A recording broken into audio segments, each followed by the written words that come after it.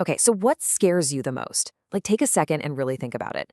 Is it the pressure of an absolutely massive upcoming exam? Or maybe it's the terror of trying something entirely new and just failing in front of everyone. We've all been there, right? That knot in your stomach is a totally universal feeling. We all face these moments where the gap between where we are right now and where we actually need to be feels like this impossibly huge cliff. Well, today, we are going to dive into a classic story about exactly that feeling, and more importantly, how to take the leap right over it. Welcome to this explainer on Liam O'Flaherty's brilliant story, His First Flight. Now, if you're gearing up for your 10th grade board exams, let me tell you, mastering this text is absolutely crucial. But honestly, even beyond the syllabus, this is just an incredible masterclass in understanding how we build up our own mental barriers and the exact strategies we can use to smash them down. And for our bilingual students tuning in, we'll be highlighting key vocabulary in both English and Hindi to really help you craft those perfect, high-scoring, long-answer essays. All right, here's our game plan for today. 1. Meet the young seagull. 2. The barrier of fear. 3. The strategy of tough love. 4. The hunger-driven leap. And 5. Conquering the mental barrier. Let's get right into it. Section 1. Meet the young seagull and his status quo of fear. So, right off the bat, we're hit with this crazy contrast between the birds in this family. On one side, you have the young seagull siblings. They are adventurous, they're super confident, and they're already highly skilled. Even though their wings are visibly shorter than his, they took the leap without a second thought, and they're out there skimming the waves, catching fish, living their best lives. But then, on the other side, we have our young seagull. He's timid, hesitant, and frankly, completely paralyzed by what his family calls cowardice. He's just sitting there all alone on a ledge, watching everyone else succeed. Which brings us to Section 2, the barrier of fear, a massive psychological roadblock. You know, the text puts a huge spotlight on the word brink, the absolute extreme edge of the land. Our young bird actually manages to run forward to this brink, but the very second he looks over, his mind just starts playing major tricks on him. The physical edge completely magnifies his internal terror. He becomes absolutely 100% convinced that his wings are just going to refuse to support him. Listen to how O'Flaherty writes this. The great expanse of sea stretched down beneath, and it was such a long way down, miles down. Whenever I read this, I immediately picture a student staring at a massive, ridiculously difficult syllabus on the very first day of the school year. That expanse feels totally impossible, doesn't it? It looks like a million-mile drop, and your first instinct is to just retreat back to the safety of your comfort zone. And that is exactly what our seagull does. He literally runs back to his little hole to sleep. Moving on to Section 3. The strategy of tough love, a highly calculated ultimatum. Okay, so the parents realize they need a new tactic, and they employ a strategy of upbraiding. Basically, this means they are scolding him and speaking to him very, very strictly. They even threaten to just let him starve on the ledge. Now, that sounds super harsh, right? But it's actually a deeply calculated strategy of tough love. Think of it kind of like a parent finally taking the training wheels off a kid's bicycle. They know for a fact he has the ability. They just have to force him to actually use it, because coddling him on that ledge is ultimately going to lead to his starvation anyway. Check out how the tension just completely ramps up here, step by step. First, his siblings fly away, literally leaving him behind.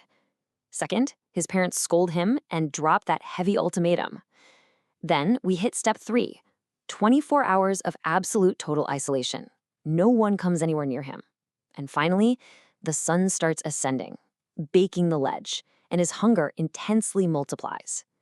Total isolation and the very real threat of starvation are being used here as extreme do-or-die motivators. Now for the climax, Section 4. The hunger-driven leap, where desperation finally overpowers fear. The mother seagull is just incredibly strategic in this moment. Let's break down her brilliant little trick. Step 1, she stands on a plateau right across from him and very dramatically tears at a piece of fish, knowing perfectly well it's going to drive him absolutely crazy. Step 2, she flies across toward him with the food, but right when she is just within his reach, she halts in midair and stays totally motionless. And then, Step 3, the trap is sprung. Maddened by hunger, completely desperate for the food, he completely forgets all about his fear and dives right at the fish. The rapid back-and-forth dialogue right before he jumps is just fascinating.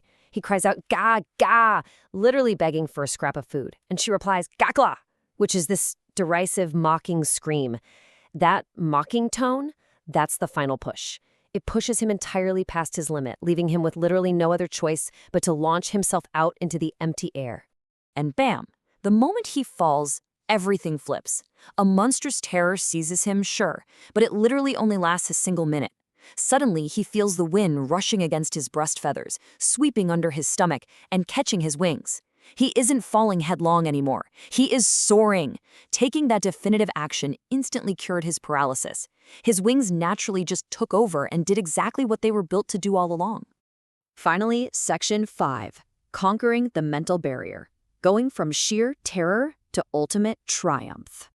So after all that soaring and diving, he finally touches down on the green sea.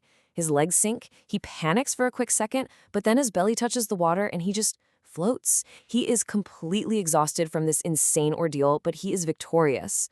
That sheer terror from earlier is entirely replaced by a deep sense of pride. And look at his family's reaction now. They immediately surround him, screaming with joy, offering him scraps of dogfish. The tough love phase is officially over. He has well and truly earned his place in the sky. All right, if you're prepping for exams, you are absolutely going to want to lock this character breakdown into your memory right now. Notice the contrast. The mother is highly strategic, tough-loving, but ultimately protective. Meanwhile, the young Seagull goes through this incredible arc, transforming from hesitant to totally desperate to ultimately courageous. Understanding exactly how the mother's traits force the Seagull's transformation is literally the secret key to mastering questions on this text. To wrap this all up, let's cement these core themes. First, courage over fear. Remember, fear is often just a state of mind. Second, self-belief. You've got to trust your own wings. Third, tough love as a super necessary teaching tool to push someone way out of their comfort zone. And fourth, how necessity and base survival instincts will often force us to achieve things we previously thought were flat out impossible. The big overarching lesson from our young Seagull friend is pretty profound, honestly. The fear of suffering is usually way worse than the actual suffering itself. Just think about it. The anticipation of falling was completely terrifying, but the actual act of flying, it was exhilarating. So, I want to leave you with this.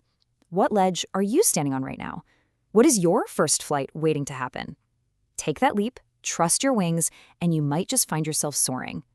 Thanks so much for hanging out with me on this explainer, and I'll catch you on the next one.